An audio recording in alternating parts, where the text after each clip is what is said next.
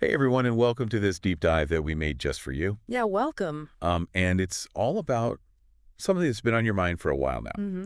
And it's all about like how the places we are and the things around us, Yeah. like actually impact our minds. For sure. And I think like you even said it best when you said physical messiness triggers mental messiness. It's so true. It's like when our desk is a mess, our mind is a mess. Exactly. So we're going to dive into all of that. And, we got a lot to unpack today. Yeah. We've got familiar spaces, Hmm. what makes us feel comfortable. We've got sounds and lighting. Right. You even brought up like how alcohol can like totally change how people interact. Yeah, for sure. So this is going to be good. Absolutely. So let's just jump right in. You mentioned that like you need to maximize space on paper when you're writing, Right? which I thought was so interesting because it's almost like you want that visual order, Yeah. but your thoughts are going everywhere. Mm. Do you think that like clutter actually can block us mentally? I think we all kind of maybe intuitively feel that and sense that. Yeah. But what's fascinating is like there's a real reason why we feel better when things are like nice and tidy and organized. Okay. So yeah, I mean, visual clutter, it competes for your brain's working memory. You can kind of imagine that your brain has a limited number of tabs open, Oh, and each thing that you see in your space kind of takes up one of those tabs. okay. So that's less processing power for you to actually do your task. Yeah. And it's interesting because you mentioned like liking to write things out and maximize space on paper. And I was thinking maybe something like a bullet journal would be good for you because it kind of visually organizes information so then you can just focus on the content of what you're writing instead of having to like wrestle with the chaos on the page. I love that. Yeah, a bullet journal. Right. To see that structure will be really appealing. Mm-hmm. You also mentioned something else that I thought was so interesting. And you said that you felt more and more comfortable at the gym the more that you went. Mm-hmm. Like at first you were kind of nervous to go, but now it feels like a second home. Right. Do you think we all have those spaces where we instantly feel comfortable? Totally. What do you think makes that happen? So I think what it is like when we encounter new environments, it kind of triggers our amygdala, Okay. which is kind of like the brain's alarm system. That's right. It's like scanning for threats, and it's trying to keep you on edge. Right. But the more you're exposed to a place, you're basically teaching your amygdala, like, hey, this is safe. Okay. Like, you don't have to freak out. Yeah. So the anxiety response goes down and you can just relax and just be. So it's almost like we're training our brain to feel at home.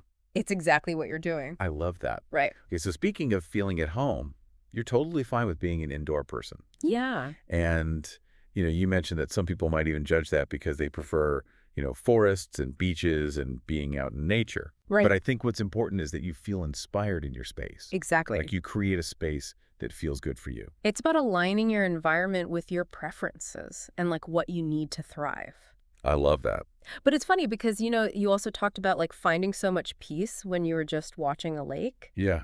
So I feel like maybe it's not like nature versus indoors, Right. but there's certain elements of nature that you find really appealing. Maybe it's finding those things and bringing them into your space. Right, exactly. That's so interesting. Okay, let's talk about something else you mentioned, Yeah. and that's sound. Okay. You mentioned that you love to listen to lo-fi music when you're working. I do, yeah. Have you ever noticed how, like, different kinds of music can impact your energy level? Oh, yeah, For, definitely. like, how you think? Absolutely. Yeah. I think music is so powerful. Yeah. Like with lo-fi, it's got those like chill beats, Yeah. and it really creates a calming and focused atmosphere. I mean, there are even studies that show that it can actually boost creativity, Really? and it can help people enter like a flow state. What's a flow state? It's like when you're completely immersed in your work, Yeah. time kind of flies by. Yeah, It's like yeah. you're just completely in the zone. Right. So it's like providing your brain with the perfect soundtrack for productivity. It's like setting the mood. Yeah, exactly. Okay, and speaking of moods, you mentioned that good lighting is so important for you, It is. especially when you're using screens. Mm-hmm. Like, we're all on screens all the time. All the time. So eye health is crucial. Yeah. And, we've all had those moments, like those like strobe light moments Yeah. where it's just like a sensory experience that just throws us off completely. Totally. Like, how does lighting actually impact us beyond just being able to see? I think people don't realize that lighting is more than just being able to see clearly. Yeah. It can really impact how alert we feel, how tired we feel. So natural light, for example, keeps us alert. Mm-hmm. And it helps regulate our sleep cycles, but we can optimize lighting indoors too, you know? Right. Like warm light is relaxing, whereas like a cooler light can boost alertness. Mhm. And then you have like disruptive lighting, like that strobe light you mentioned, Right. which can be really annoying because it messes with our brain's need for predictable visual input. Yeah. So it can lead to distraction. It can even cause headaches. Wow. So that makes you realize, like, how many things we're exposed to every day Yeah, that absolutely. we don't even realize impact how we feel. It's so true. Okay, let's move on to something else that you talked about that I thought was really interesting. Yeah.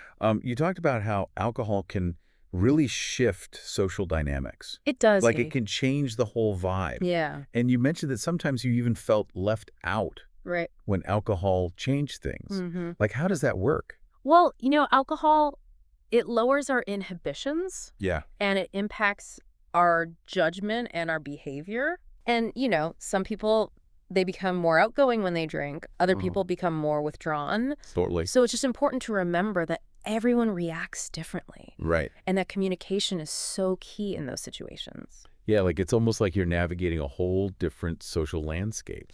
You really are. So we talked about a lot today, and we dove into how your physical space and sounds and lighting all impact your mental state and your well-being and your productivity. Right. And I just keep thinking back to, that feeling you got by the lake, that peaceful feeling. Yeah. Do you think you could bring elements of that, like maybe a water feature or some nature sounds or calming visuals Mm-hmm. into your indoor spaces? I think that's a great idea. Because it's really all about creating environments that work for you. It's all about conscious design. Yeah. Once we understand these connections between our environment and how we feel, Right. we can shape our surroundings to support us in the best way possible. I love that. Absolutely. Well, this has been a great deep dive. It has. Thank you so much for sharing all of your thoughts and insights. Thanks for having me. And until next time, See you then. take care. Bye, Guy. Bye.